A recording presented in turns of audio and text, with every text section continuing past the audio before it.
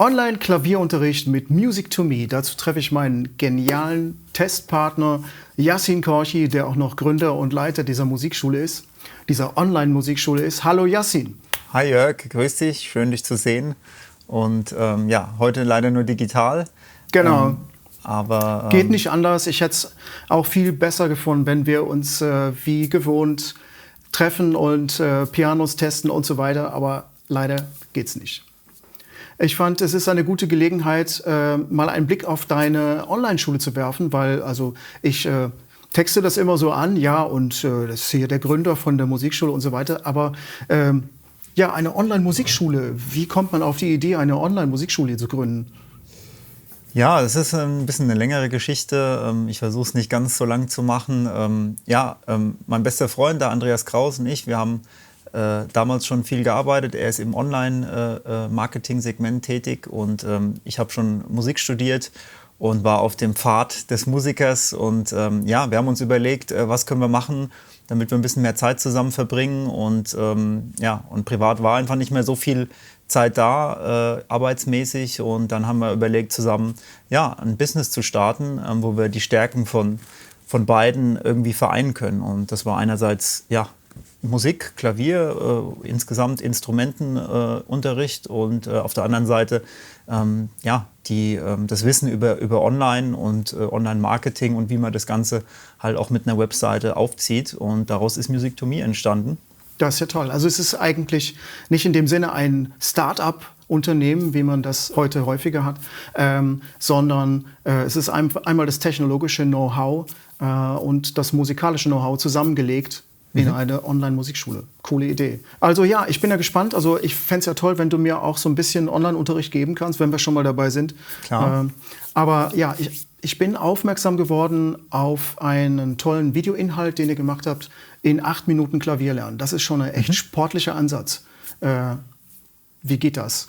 Ja, also klar, in 8 Minuten kann man natürlich nicht Klavier lernen, das ist klar. Man braucht da viele Jahre, um gut oder ja, auf einem hohen Niveau Klavier zu spielen. Der Ansatz von dem Video war einfach, dass man Leute, die vielleicht mit dem Thema Musik machen, selbst Musik machen, Klavier spielen, ja, vielleicht noch nicht so viel zu tun hatten, dass man einfach die abholt und in einem kurzen Video erklärt, dass es die ersten Schritte sind, die gar nicht so schwer zu gehen sind und dass man die eigentlich kompakt erklären kann und einen guten Einstieg kriegt einfach in das Thema und dadurch auch mehr Lust bekommt auf das Thema Musik machen und Klavier spielen. Ja? Weil Klavier ist wirklich ein sehr zugängliches Instrument.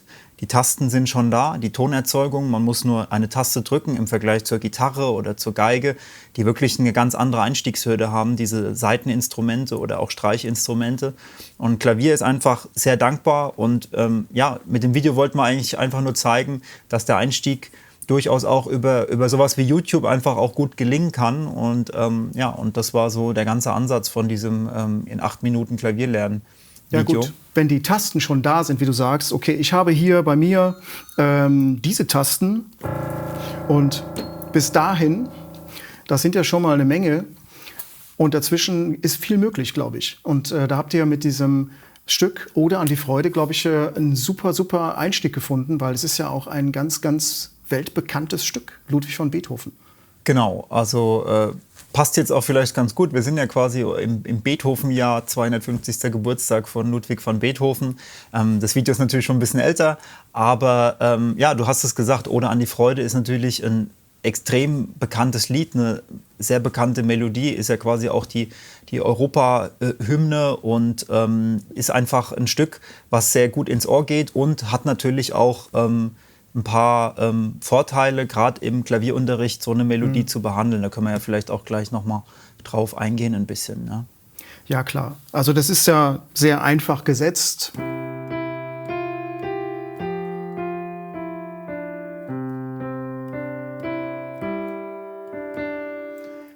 Bis dann das draus wird. Klar, da muss man dann noch ein bisschen üben. Aber ich denke, der Anfang ist getan mit so einem Stück. Wenn man das schon mal als totaler Anfänger rausfingern kann. Und ich finde, da sind die Stunden, diese Online-Lessons, wie ihr die aufbereitet, wirklich machen das sehr, sehr transparent. Was war eigentlich so der Hintergrund bei euch, die Idee dahinter, das auf diese Art aufzubereiten? Weil man sieht ja die Notation, man sieht deine Hände, man sieht eine Piano-Roll-Darstellung, eigentlich alles, was man so braucht, egal von wo man jetzt kommt, ob man das eher von den Fingern sehen möchte oder von den Noten. Man kriegt irgendwie alles mit, ne? Ja, der Ansatz war einfach, wie schaffen wir es, den Klavierunterricht oder die Erfahrung, die man normalerweise zu Hause hat, wenn man spielt und vielleicht ein Notenblatt hat oder jemand einem was vorspielt, ein Lehrer oder jemand, den man kennt, ein Freund oder eine Freundin, wie kann ich das quasi in so eine Online-Erfahrung umwandeln, ja? Und der erste Punkt ist natürlich, man sieht mich spielen und man sieht quasi die Hände und da haben wir auch schon drauf geachtet, dass man zum Beispiel erst die linke Hand lernt oder die rechte Hand, also die Hände einzeln und erst dann werden die Hände quasi zusammen angezeigt, dass man einfach auch nochmal die Möglichkeit hat, eine Hand alleine zu lernen, was man ja auch beim Klavierlernen bei einem Stück so machen soll, dass man erstmal die Hände getrennt für sich übt und die gut beherrscht und dann zusammenbaut, weil das der schwierigste Teil ist, beides dann zu vereinen. Und ja, der andere Punkt ist natürlich Noten, dass man quasi ja, synchron einen Notenstrahl hat, der abläuft und man die Hände sieht, wie sie spielen. Und dann noch diese Piano-Roll, wo du auch noch mal sehen kannst, wenn Tasten herunterfallen, wann die Zeit quasi stattfindet, wie lange so eine Taste gehalten wird, dass es auch visuell klar ist, weil manchmal vielleicht man doch was nicht erkennt, wenn ein Griff gespielt wird oder mehrere Töne, die schnell wechseln, ja, und dann hat man noch mal die Möglichkeit über diese Piano-Roll das zu sehen, die auch farblich getrennt ist, quasi linke und rechte Hand sind auch noch mal farblich unterschiedlich, ja. Was wir auch schon seit einigen Jahren haben, ist, dass wir auch noch mal eine Pedalanimation haben. Ach so. Die quasi noch mal zeigt, wie das Pedal gedrückt wird und exakt das wiedergibt, wie ich das Pedal wirklich in dieser Lesson, in dieser Einheit, wie lange gedrückt habe und wann ich es wieder losgelassen habe und wieder betätigt habe. Das haben wir eigentlich in vielen Videos auch schon seit Jahren dabei. Ja? Und das ist ein cooles Konzept, plus natürlich nochmal eine Audioerklärung, wo ich natürlich auch nochmal alles erkläre am Anfang und der Schülerin oder dem Schüler nochmal verbal quasi nochmal zur Seite stehe und das nochmal alles erkläre, was in dem Stück wichtig ist zu lernen. Ja, das finde ich übrigens ganz toll, weil man kann sich wirklich auf den Bildschirm konzentrieren. Man sieht die Hände und die Noten und kann sich auf seine eigenen Hände konzentrieren und dann kriegt man das eben noch erklärt. Das läuft eigentlich dann so im Hintergrund ganz selbstverständlich ab. Also ich könnte mir auch vorstellen, dass da ganz schön Technologie im Hintergrund ist. Ja, da ist einiges an Entwicklung reingeflossen und auch an individuellem pädagogischem Konzept, einfach um dieses Konzept, diese Erfahrung halt für den Benutzer so einfach wie möglich zu machen. Ja? Und natürlich auch, dass der Spaß nicht auf der Strecke bleibt. Ja? Okay, das kann ich sagen. Ich habe selber ausprobiert mit dieser Filmmusik von Wunderbaren Welt der Amelie. Ganz einfach, also ich würde mich selber als Wiedereinsteiger bezeichnen. Also ich kann ja schon ein bisschen spielen, aber wie das eben so ist, man spielt dann irgendwelche Sachen, die einem vertraut sind, aber sobald man anfängt, was Neues zu lernen, wird es dann schwierig. Und dann stelle ich eben fest, jetzt musst du doch ganz schön üben. Ja. Weil erstmal die Fingersätze und so weiter, das ist dann gar nicht so einfach. Das stimmt, ja. Vor allem irgendwie neue Bewegungen lernen, das ist wirklich immer wieder eine Herausforderung. Hätte ich gar nicht gedacht. Ja, es ist natürlich ein extrem weites Feld, gerade am Klavier. Das sind weit über 350, 400 Jahre Musikgeschichte, die quasi am Tasteninstrument Klavier vorhanden sind, von Barockmusik über Klassik und zur Moderne hin zu Jazz und heute natürlich Pop- und Rockmusik. Und dementsprechend ist natürlich jede Stilistik auch dann eine andere Herausforderung fürs Griffbild, fürs Zusammenspielen und man entdeckt eigentlich immer wieder was Neues, deswegen hat man eigentlich auch nie ausgelernt und kann eigentlich immer weitermachen. Und das versuchen wir im Kurs natürlich auch ein bisschen abzudecken, dass wir quasi alle Stile auch irgendwie drin haben. Ja. Ich würde natürlich jetzt gerne die Gelegenheit nutzen und von dir ein paar Tipps am Klavier kriegen. So, gerne. Wenn das machbar ist. Natürlich, für dich immer. Ja, vielleicht hast du ein paar einfache Jazz-Changes. Du spielst bei unseren Pianotests immer so coole Jazz-Sachen. Vielleicht hast du was für mich zum Üben. Ja, dann würde ich einfach mal was aus meinem persönlichen Fundus erzählen. Ich bin eher ein Traditional Player und mag eher so den klassischen Jazz, Swing und diese ganzen Sachen. Und deswegen wollen wir natürlich auch in eine Verbindung reingehen, die im Jazz oder auch in anderen Musikstilen sehr verbreitet ist, nämlich die 2-5-1-Verbindung. Und dann nehmen wir die 2-5-1-Verbindung mit D-Moll, G7 und C-Major. Ja? Und man würde hier wahrscheinlich erstmal greifen für die zweite Stufe D-Moll 7. Okay. Genau, mit D, F, A und C. Warum ist es die zweite Stufe? Weil in C-Dur quasi, wenn man die durchzählt. Genau. Und genau, da habe ich hier die zweite Stufe und wenn ich jetzt quasi nochmal von C5 nach oben zähle, dann habe ich G7. Und wir spielen G7 natürlich jetzt nicht in der Grundstellung, weil sonst müsste ich quasi hin und her springen. Ich umkehre den G7-Akkord einfach, die zwei oberen Töne. Aber das kenne ich soweit. Also genau, gehen und dann runter. Löst du auf. Und dann löse ich den dann nach C-Major auf. Okay. So. Ja. Das ist von der Stimmführung das, was am meisten Sinn macht. Kann links auch natürlich, wenn ich will. Und kann, wenn ich will, sogar auch die Grundtöne links dann weglassen, zum Beispiel auch. Ja? Rechts weglassen, wenn ich sie links spiele. Ja? Das geht auch. Aber wir wollen natürlich, dass es ein bisschen jazziger klingt und nicht so nach Glenn Miller, Gedächtnis Big Band. Und dementsprechend spielen wir jetzt ein paar andere Voicings. Und zwar benutzen wir für den D-Moll 7 Akkord ein sogenanntes So What Voicing. Das So What Voicing besteht in der linken Hand aus D und G, in der rechten Hand aus C, F und A. Das klingt schon mal sehr cool. Es hat totale Weite und das Stück heißt So What, weil es aus dem gleichnamigen Stück entnommen ist.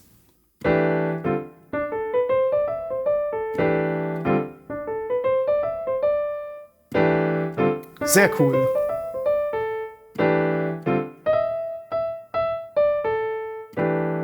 Genau. Gut, aber so genau kenne ich das gar nicht. Ja, genau, und dann geht es einen Halbton hoch. Das ist quasi, Miles Davis hat mit seiner Band quasi den Modal-Jazz eingeleitet, also die Reduktion auf ganz, ganz wenig Harmonien, die dann aber total in sich...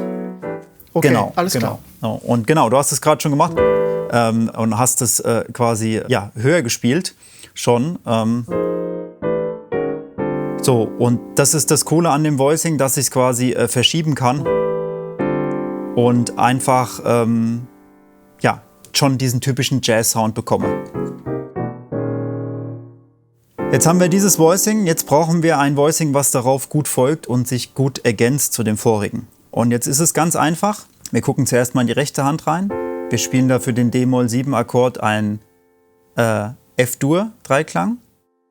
Ja. Und jetzt kann ich einfach einen Halbton tiefer diesen Durklang verschieben nach E-Dur. Genau. Und jetzt spiele ich in der linken Hand ein G als Grundton und ein F als Septime und das spiele ich zusammen. Yeah. Oh.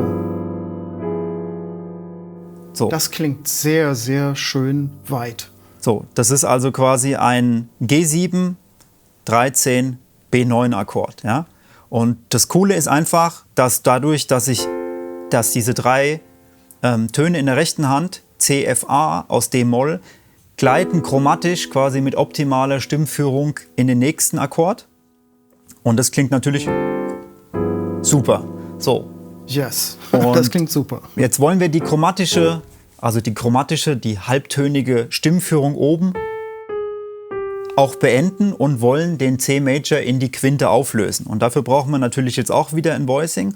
Dafür nehmen wir auch wieder eine Art So-What-Voicing, diesmal aber für einen Major-Akkord. Und dieses So-What-Voicing sieht folgendermaßen aus. Wir spielen links ein C, ein E, ein A, aufsteigend von unten nach oben.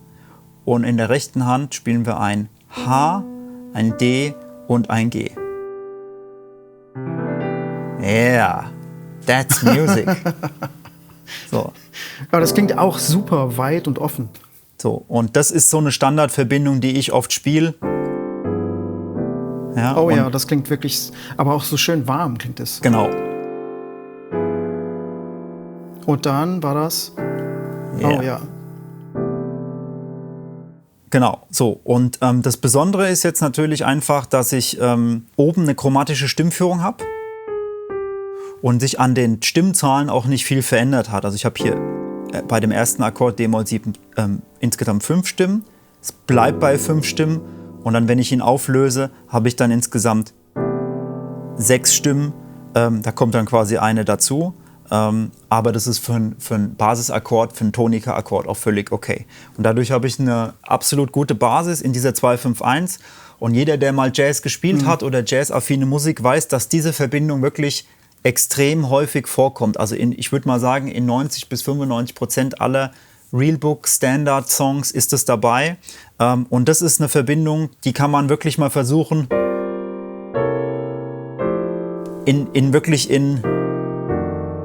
in verschiedenen Tonarten einfach mal zu üben, um dann einfach zu sehen, okay, cool, das klingt überall gut und genau. Und also ich höre hier jetzt an der Stelle eigentlich noch einen Akkord, der dann wieder eigentlich öffnet zu dem. Eine Verbindung. Das spannt irgendwie dahin. Ja, dadurch, dass ich da natürlich eine None drin habe und die Septime,